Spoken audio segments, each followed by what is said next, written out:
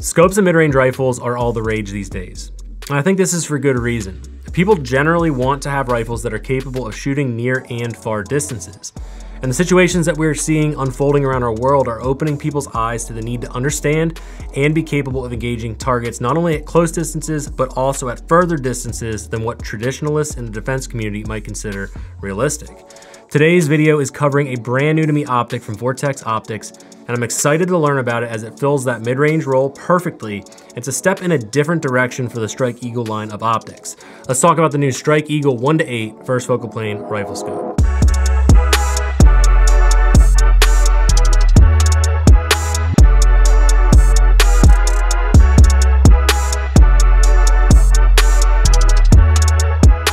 As I stated in the intro, today I'm going to be talking about the new Strike Eagle 1-8 first focal plane rifle scope. And the reason this scope excites me so much is because it is a diversion from the Strike Eagles of the past. For folks who have been around Vortex Optics for any amount of time, you would recall that typically the Strike Eagle line of scopes would fall more into the budget category of rifle scopes.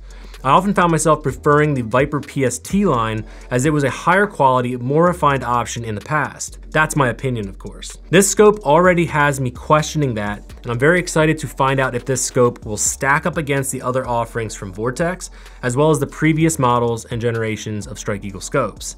Before we get into it, let's do some housekeeping. First thing I wanted to say is take a second to subscribe to our channel. We've got a ton of solid content out and available to you for free. From cultural topics to training and products we produce in-house, we cover a vast array of different topics. If you like the products that we offer, we'd love to earn some business from you. Supporting our companies is the best way to keep these videos coming, and as you know, producing video content is not free or cheap, and support from folks like you is how we keep going forward. Number 2, Vortex did send this scope and mount to us for free, no charge, no money exchanged. At the time of shooting this studio portion of the video, I have let me repeat, 0 times shooting this optic. This is intentional. This portion of the video is simply to cover the specs of the scope. If you want to see the shooting portion of this and you don't care about the specs necessarily, click the table of contents down in the description and you can fast forward to that section of the video. With all those particulars out of the way, let's check into some of the specs of this new optic, starting with the obvious. This scope is an LPVO. So what that means is low powered variable optic. This simply means that the base magnification is 1x and the maximum magnification is 8x. The objective is 24 millimeters. This is an extremely versatile magnification range. Vortex departed from the traditional second focal plane construction of the Strike Eagle scopes, and surprise, this scope is indeed a first focal plane scope. Before we get too excited about that, let's dig into more specs. The reticle on this optic is dubbed the EBR-8 and features a host of various drops and windage holds. While some similarities do exist to the EBR-8 and 9, it is different than the EBR-9 that's found on the Gen 3 Razor 1-10. The EBR-9 has more windage markings as well as a more refined elevation hold pattern. Regardless, both optics/hold etchings are based on standard holds or averages. In other words, your zero and ballistics of your rifle may not perfectly coincide with the markings of the optic. We can discuss this more about zeroing once we're out on the range actually shooting this optic. For the 1-8 first focal plane scope, all the subtensions are MOA and the turrets are quarter MOA. This equates to approximately 1.04 inches at 100 yards. In the past, the Strike Eagles were half MOA per click, so it appears that Vortex is attempting to add some refinement and precision to their Strike Eagle line. The 1-8 is a first focal plane optic, which means that the reticle expands and contracts with the magnification changes. Previous Strike Eagles were second focal plane, and the reticle would stay the same size regardless of the magnification. Most often with second focal plane optics, the drops shown on the reticle are only accurate on the highest magnification setting. This is a disadvantage if you desire to use the drops in all magnification levels. This doesn't inherently make a scope better or worse, and ultimately your end use and what you're trying to do with the scope is going to determine that. Other specifications that should be discussed are the onboard illumination with 11 settings total. 9 of these settings are daylight and 2 of these settings are night vision. I personally don't see myself needing the night vision settings with this optic, and any night vision optic that I typically run on a rifle would be forward mounted like a PVS 30. But it's there, and if you need it, it's available. The battery needed for illumination is a CR2032 battery, and according to Vortex, the battery life should be about 47 hours on setting 5. Tube size of the body of the scope is 30 millimeters. The mount that I'm using is the Precision Quick Disconnect mount from Vortex. The weight of the optic is advertised at 23.9 ounces and the scope's overall length is 10.5 inches. One side tangent I wanted to go on is I used to love the exposed turrets of the Gen 1 Viper PST, but after years of use, I've grown less fond of them, I'll say. Constantly find myself bumping into them and affecting my zero, and I constantly have to adjust them. A few last notable features are the included throw lever, which I think is epic, and the caps that are included with the optic that cover both the front and rear objective. Love the throw lever already, and it feels like it adds a lot of perceived value. So I can imagine if I purchase this scope, it's going to add a lot of extra value to any customer because it's a feature that you don't have to purchase separately. There's also a sunshade that would mount on the front of the optic, and honestly, I'm sure I'm never going to use that. Now at this point, you're already tired of hearing me talk about the specs and you wanna know what I think, and I wanna say this. It wouldn't really be genuine if I gave a full review at this point, because as I stated, I have no time behind this optic yet. But I do have a couple concerns that I wanted to talk about before we even dive into the range day. One, the reticle on 1x magnification is pretty cluttered. It's similar to the 1:10, the Gen 3 Razor, and when you cram a ton of different marks onto a first focal plane reticle, it can be hard to find center on 1x. I'm interested to see how I feel about it in the field. The last question I have is in the topic of return to zero. What I plan to do is actually zero this optic on the rifle and then crank the turrets in various directions and come back to my zero because I want to make sure that it holds that zero. This is vitally important if you plan to use your turrets often. Last, how does this scope stack up to the previous generations of Strike Eagles? And is it worth the money, or would it be better to maybe spend a little bit more money and go a different high-end route? Time will tell, but for now guys, it's time to hit the range.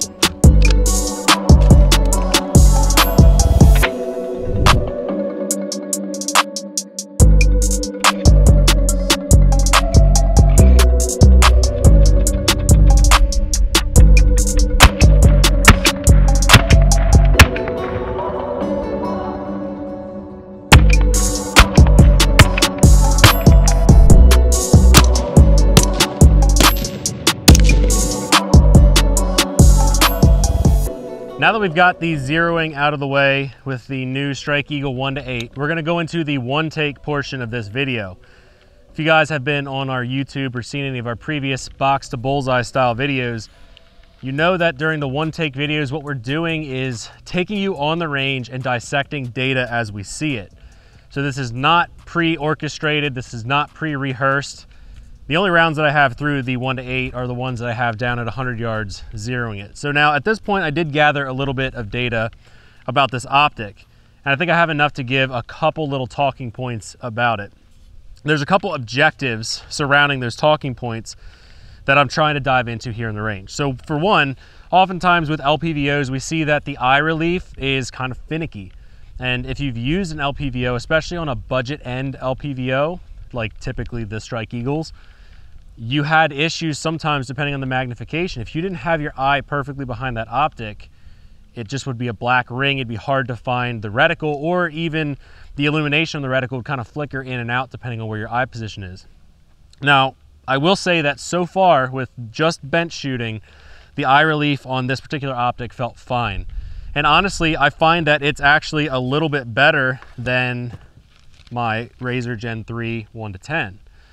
This optic, I love it. It's such a cool optic, but there's some quirks with it. I notice when I'm on 8 or 10 power, you gotta have your eye positioned absolutely perfectly, or else the image inside of that reticle or inside of your objective, it's just really hard to find, or you'll see that the illumination comes in and out.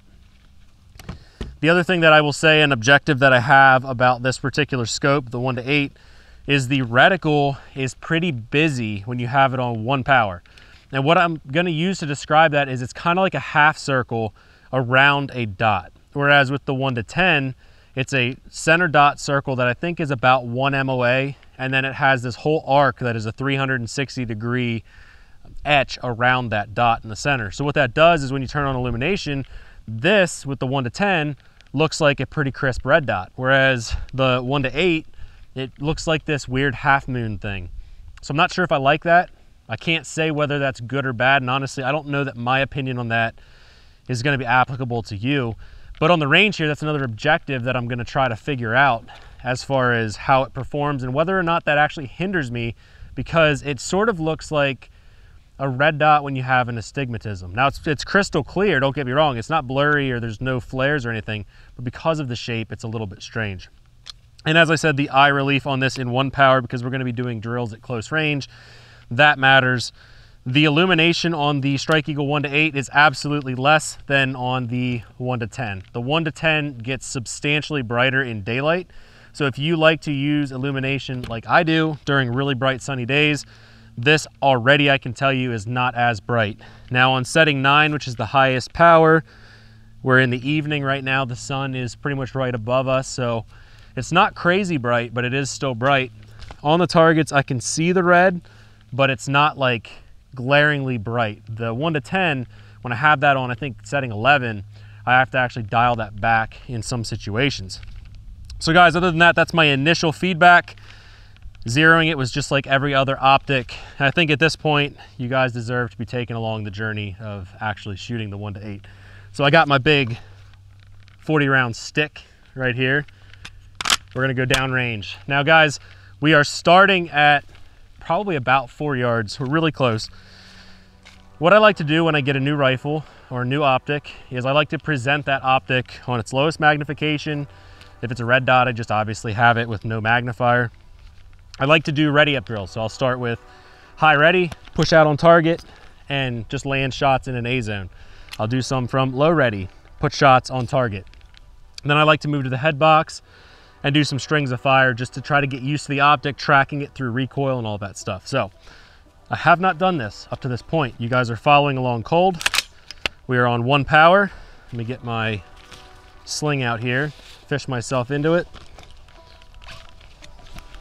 Starting high ready, we're just gonna fire 1 round on the beat.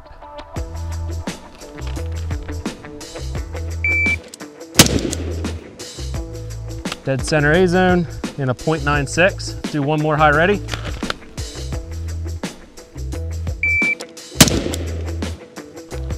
All right, that was a little bit low, .78. Let's do low ready. All right, definitely felt myself pull that low. That's a C zone. Charlie hit, .52.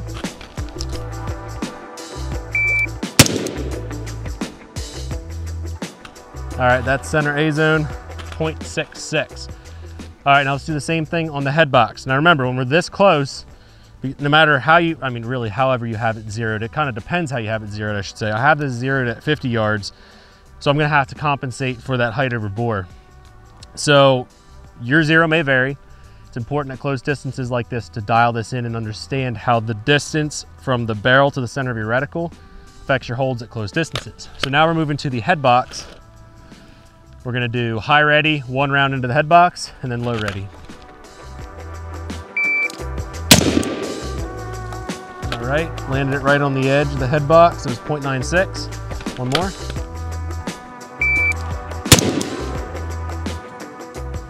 Right next to it, perfect, .91. With a red dot, I can tell you that I normally would be faster than this at this close of a distance. LPVOs, although they do go down to 1 power, there are some quirks. Now, one thing I'll say right now, just from doing these couple drills, the eye relief on 1 power is very forgiving. Now, you will notice when you pull a gun up like this and you try to get it on target really quickly, you might see that that image distorts a little bit as I'm getting that scope onto target, depending on your eye positioning.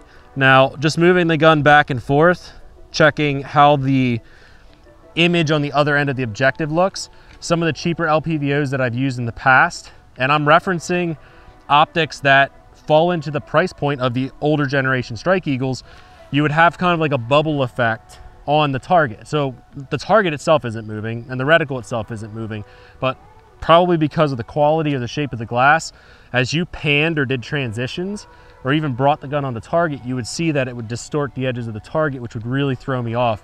I'm not noticing that right now with the 1 to 8. So let's do low ready on the head box.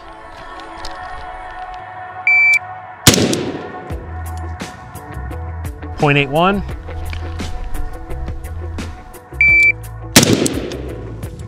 just clipped the top. So I actually overcompensated. Let's walk down and talk about that for a second. So these are the 3 rounds that I did. 2 of them were high ready.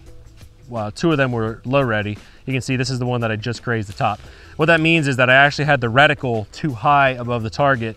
And honestly, with all of these, I was overcompensating a little bit too much with the height over bore. I could have probably placed the reticle right here and landed my shots here. I kind of had it up a little bit too high, but that's not bad. I'm not unhappy with that. Here's the Charlie that I pulled off to the side, and I told you guys I felt that right away.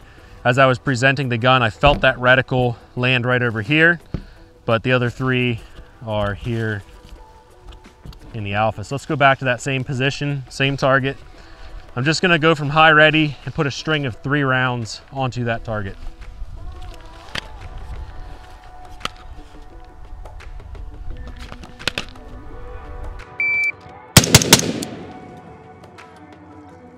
All right, alpha, alpha, alpha. 1 is right on the edge of a Charlie. Let's do it one more time. It was a 1.14.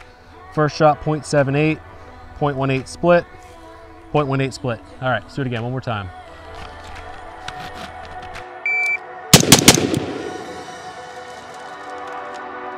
.03. First shot was 0.69, so I picked up a little bit of speed there. So let's mark off all of these hits, all of them in the alpha. Now again, at distances like this, when we're looking at our marksmanship aspect of this, an A zone is actually a pretty big target. So now what I'm gonna do in the next target, and we'll walk right here and I'll show you, this is one of our fundamental targets that you can print off of our website for free. We'll put a link down in the description. What I'm actually gonna do at, again, 5 yards, we're gonna do a speed control drill.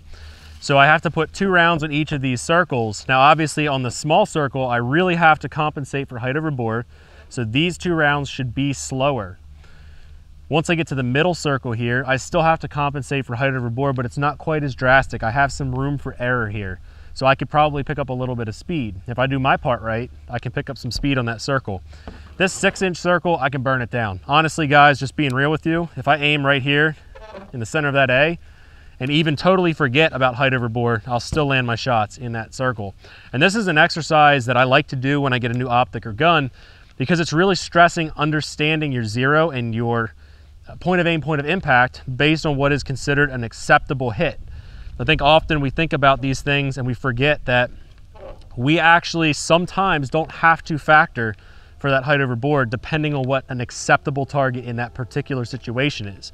This target helps you train your brain for that. It's not a tactics target. It's not going to say that, hey, this is tactics. This is just you exploring and kind of evolving your understanding of how your rifle is going to perform. So that's enough talking about that. Let's go after 5 yards.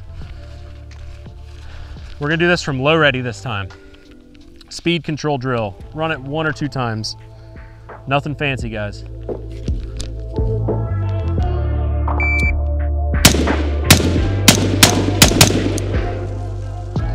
All right, so I didn't do that great on this particular drill. Now you did hear that I sped up on the 6-inch circle. I know that the black line is my acceptable hit. This one was marginally okay. You know, we're breaking the line. Obviously didn't compensate enough height over bore for that. So these 2 are hits. We got 1 in here, 1 out of the circle. So let's do it again. I'd really like to nail that for you guys. And hopefully in the video, you can see and understand and hear the difference in speed as I land these hits. Let's do low ready again.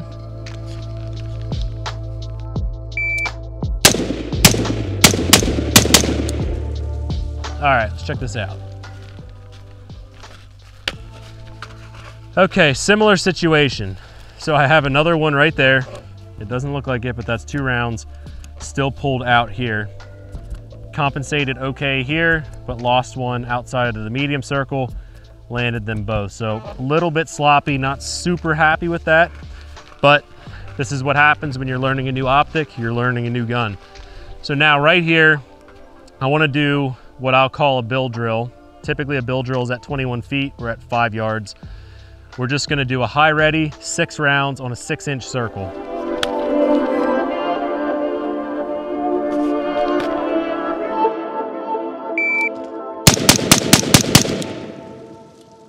All right, that was a 1.98. Now just checking my cadence there, 0.9 was the first shot. Second shot, 0.22, so the split was 0.22 seconds, 0.23, 0.21, 0.21, 0.21. So pretty consistent there. Now that's not fast, considering with my other rifles, typically I can burn it down with a red dot and get like 0.16 splits, 0.18 splits. So definitely a little bit slower, and probably subconsciously, I am analyzing too much the reticle. I'm spending too much time actually focused on that when I could just be imposing that on the target and letting the rounds rip. But they all did land in here. So I want to do that one more time. All right, we're gonna go from low ready this time.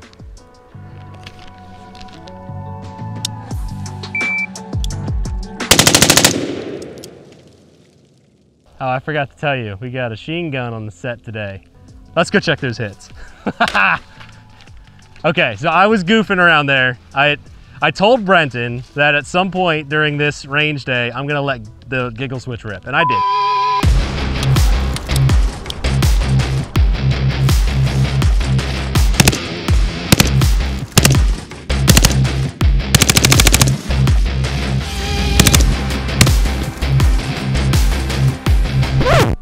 My excitement got the best of me. I forgot about my height over bore, so we're just gonna ignore that part, and we're gonna move on with the training.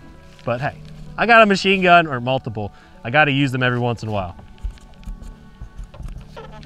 So let's go back here, guys. Now, one of the drills that I wanna do, again, we're keeping this on 1 power because we're still close. I wanna do a 2-2-4-2-2 drill. Now, I don't normally run these drills very often, but I do like to run them occasionally. And oftentimes when I'm running them, I'm not using an LPVO. Or if I do have an LPVO on a rifle, I have an offset red dot on it as well. So this is gonna be a little bit more challenging. You could say that it's not very challenging because we're closer distances, but what this close distance is actually forcing is those transitions are pretty drastic. If we went out to 30 yards, now we have marksmanship that we're accounting for, but the transition itself is very gradual. It's not very drastic. So we are going to do 2-2-4-2-2, check hits, and then we're gonna go back and do it again at a little bit further distance. So let's do it from high ready.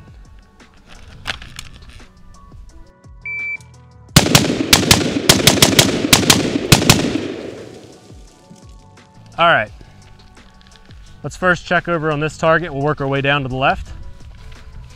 So we've got alpha, alpha, alpha. I'm gonna call that a Charlie, it's splitting the line. And by the way, that was a 3.65 through 1 Delta over here, 2 Charlies. The other ones are in an alpha. Actually, yep, that's an alpha. So Delta, Charlie, Charlie. I'm sorry guys, this target is actually kind of making it hard to see that. But Delta, Charlie, Charlie, 2 alphas. Charlie, alpha, alpha, alpha. It's in there somewhere, but looks like we've got all alphas there. So now we're gonna actually go back to 15 yards and I'm gonna run the exact same drill. So now my transitions are a little less gradual, but I now have marksmanship. So I need to be exercising those fundamentals. And then what we'll do before we run into the last drill here in the range, we'll actually kind of dissect a little bit of what I'm seeing with this particular optic. So, all right, 2-2-4-2-2 drill. Make sure we got enough ammo. If we don't, I'll just reload from the chest rig and we'll run it again.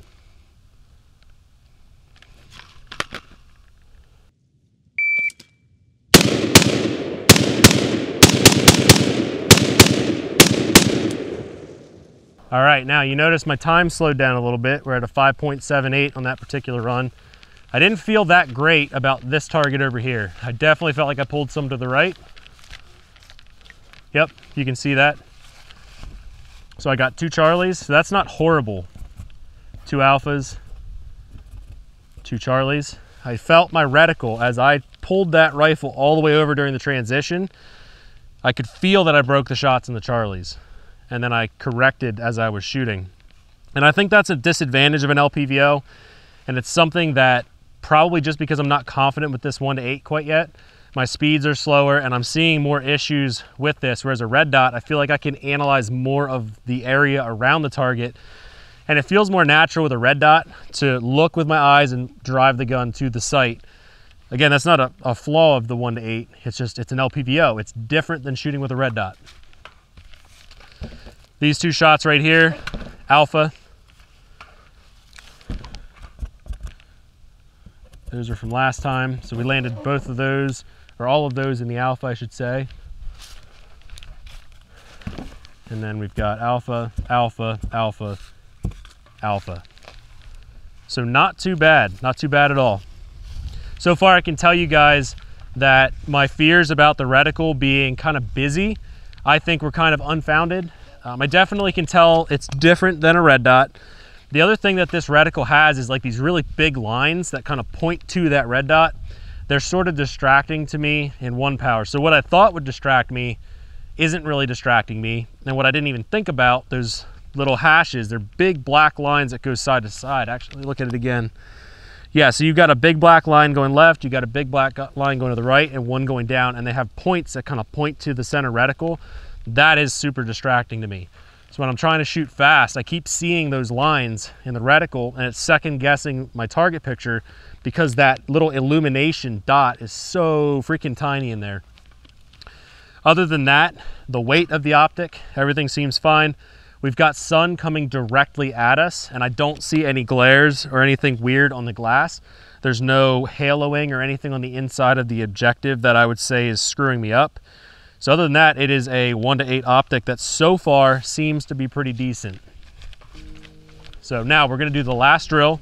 So what I'm gonna do is start in this square, and we've got our Phoenix plate rack. Now, one little thing that I'm gonna say is we're closer than recommended distances right now. I'm gonna show this drill to you guys to get a principle across at the Phoenix, but I just need to let you know that currently we're closer than I would typically recommend to shoot the Phoenix. On the buzzer, I'm gonna come over here. As soon as I cross the furring strip right here, I'm gonna get the gun up, or it'll be coming up as I'm getting into this position. I'm gonna get on target, and while moving, my objective is to shoot the 6 paddles. Now this is an extremely difficult drill, even with a red dot, especially with a rifle.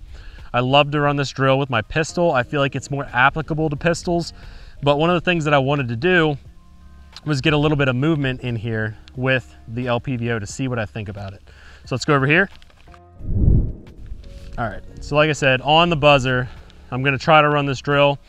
I'm gonna be real with you guys. I don't necessarily expect that I'm gonna clear this plate rack the first time, but it will give me some data to present to you guys about the 1-8. So let's get into it.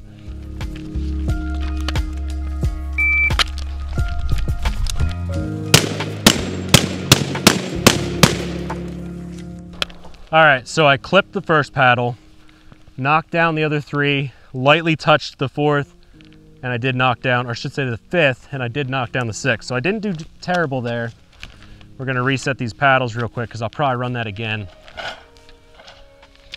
It is very different than looking through a red dot. I can tell you that right away. Those lines that come into the center of that reticle are still distracting.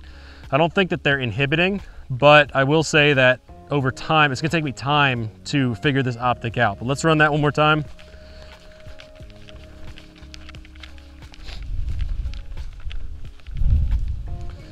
My objective here is I don't want to stop. I want to keep moving.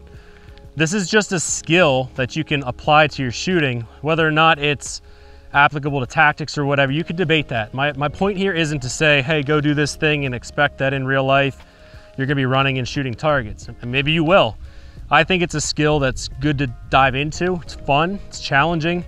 I definitely think you should focus on the foundation first. And if I was truly trying to learn this optic in a realistic time frame, not just in a 20-minute video, I probably wouldn't even get to this drill quite yet. I'd spend a day doing those fundamentals I did at first, and then another range to come back and do this. But for now, for you guys, I'm suffering through it on the dot, or on the beat.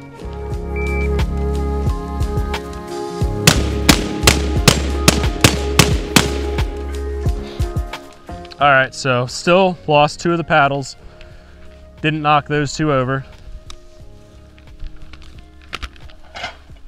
But not horrible, not horrible. I'm not completely upset with that performance. I think that I still prefer a red dot when we're doing flat range stuff. And you might ask yourself then, why would you run the 1-8? Well, first of all, it's a brand new optic. I want to learn about it. And I want to see that I want to answer the question, I should say, is it a step forward in the world of all the other Strike Eagles of the past? Does it close the gap of the Viper PST Gen 2s?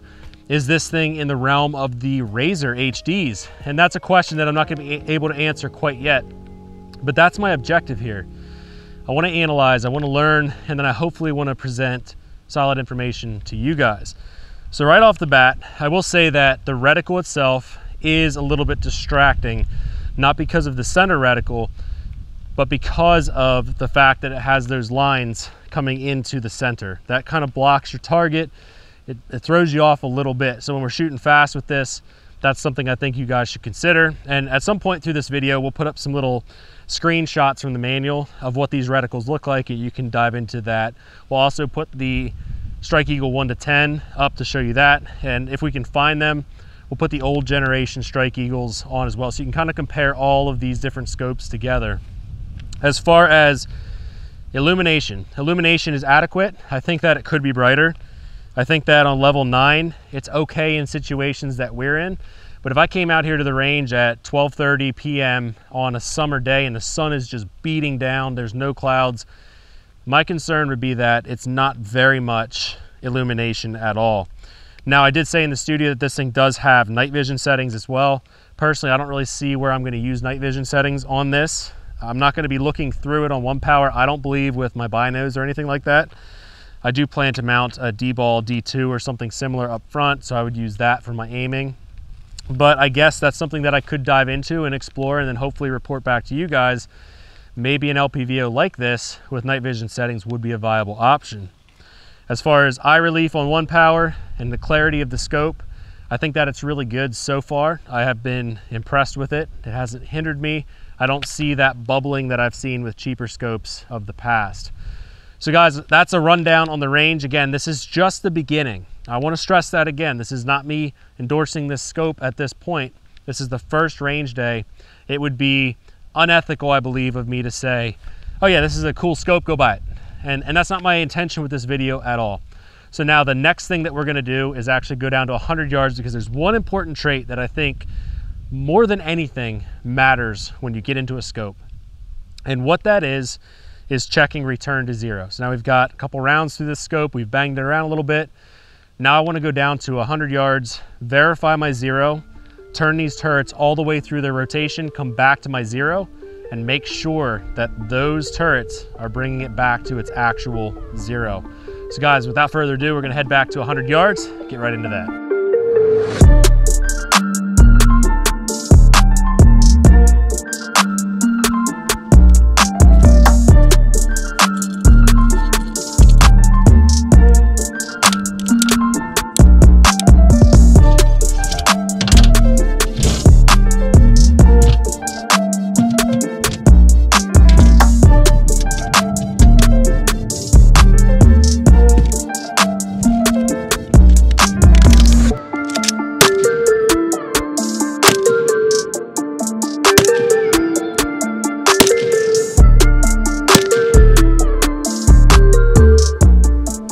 Just confirmed is after an entire range day of using this rifle pretty hard, the zero didn't shift. Now, I didn't go out and beat this thing up. I wasn't smashing it on rocks or doing anything crazy, but it held at zero. So now there's a very important test that I wanted to do with this rifle, and I think that it's important. Now, I do have one thing I wanted to say. I'm not an expert long range marksman. I'm not qualified to teach you everything about that kind of stuff. But what I did want to do is show you guys one thing that I like to do with a rifle scope to make sure that it's a quality rifle scope. So theoretically, these turrets are supposed to be able to be used in a way that if you wanted to make quick adjustments in the field to account for bullet drop over distance, you should be able to turn the clickers and make your adjustments. So now what I want to see is if I would turn this turret, say 2 full revolutions or 1.5 revolutions, and then turn it back into its zeroed position, does this optic return to zero? And I typically would have thought of a Strike Eagle set of scopes as not really a tactical application scope. It's more of a budget entry, but this has me rethinking all of that. So what I'm gonna do is give this 2 solid turns, 2 revolutions if it has that much adjustment, and then we're gonna turn it back to 0, and I'm gonna put another 5 or 6 rounds on target just to see how this thing does. So we're turning it here. All right, that's 1 full revolution. 2 full revolutions. Let's see if it has more. All right, so that's 3 full revolutions on this. Now we're gonna go back, 3 revolutions. That's the second, or first one back. Second.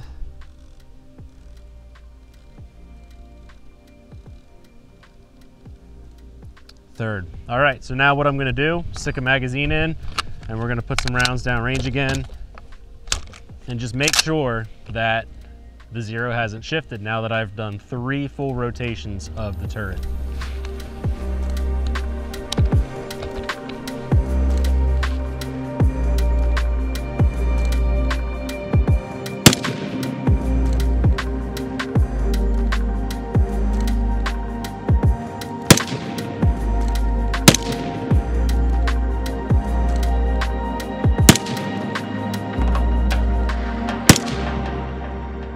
Yeah, it's stacking them in exactly the same spot. So that's good, that's a good thing. We want this scope to return to 0. Now inside of the box with this particular Strike Eagle, I didn't see any return to 0 shims. Some scopes you can actually install shims inside of the turret that would allow you to quick turn back to your 0 point. I didn't see that inside of the box with this particular optic, but to me that doesn't really matter. Typically I have a little dope chart on each rifle, and what I'm gonna do is keep note of my holds, and I'll figure out at various distances with my hunting ammo where I actually need to hold or what my adjustments would have to be to make proper hits. For this scope, obviously this is the first day, so I don't have all of that data, and it'll take me a couple weeks or a couple months to actually compile all of that.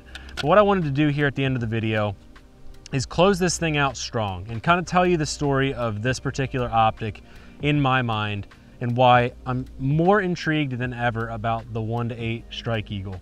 So in the past, I mentioned that I did run some Strike Eagles, but I often wasn't super impressed with them. I mean, for a budget entry-level rifle scope, they did really well. And I just remember years and years and years ago, I bought a Gen 1 1-6 Strike Eagle, and I don't know what I paid for this thing, but it was a heck of a steal. I got it at a trade show. It went on one of my AR-15s. I used it for coyote hunting and varmint control and things like that.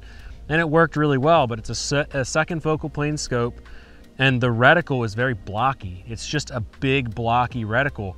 It's also only half MOA adjustment, so it's a pretty rough adjustment in my opinion.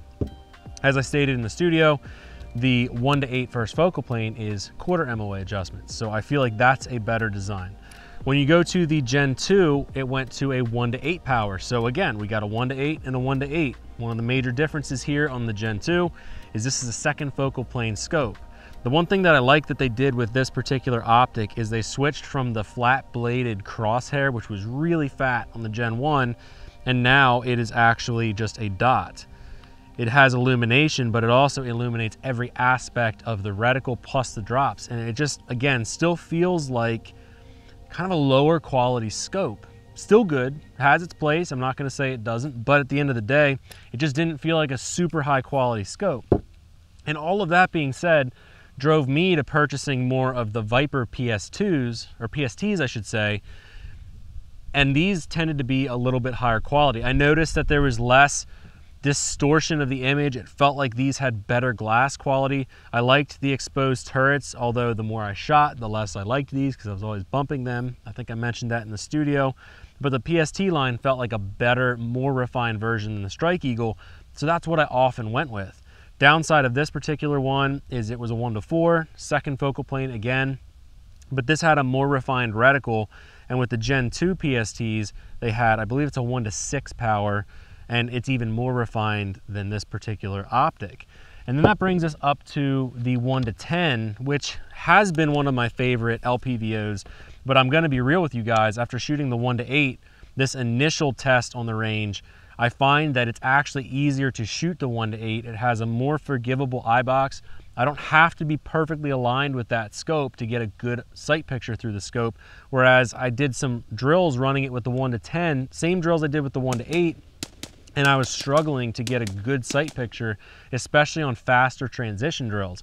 I noticed that on the 1:10, movements that I made, no matter how minuscule they were harder for me to keep that sight picture. So I think that's important to consider. Now this is a 34mm tube and it has 10x magnification.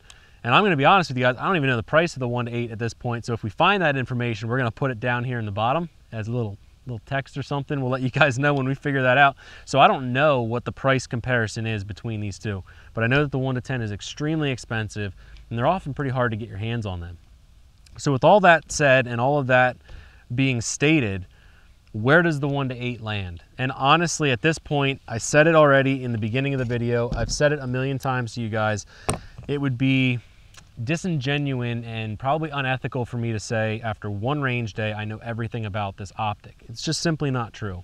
I'm gonna be spending the next couple months running this optic almost primarily so I can get my hands around where its strengths are and possibly areas where it's not working out for me.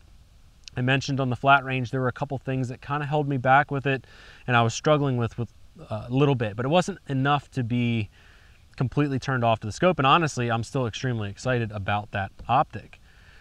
But the question might come into your head, and the last thing that I wanted to throw at you guys is, does it make sense to get an LPVO, or should you potentially run a red dot and a magnifier like the Micro 6X magnifier? And this is a whole different world that we can get into, and I don't have enough time in this particular video to compare a setup like the Crossfire with the Micro 6X, or maybe a UH1 Gen 2 with the Micro 6X. Vortex also has a 3X magnifier as well.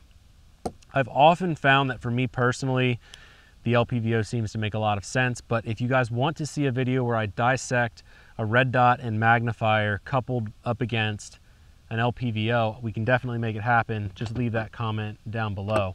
So would I recommend this particular rifle scope to you? At this point, I'm not going to make a recommendation about this optic because I've only had one day.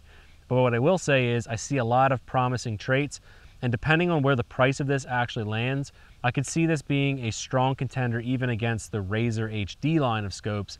You've got the first focal plane aspect, it comes with a throw lever, it's got that forgivable eye relief, does have some quirks with the reticle. There's a couple things that I didn't like about that, but at the end of the day, I'm pretty impressed with it after that first range day.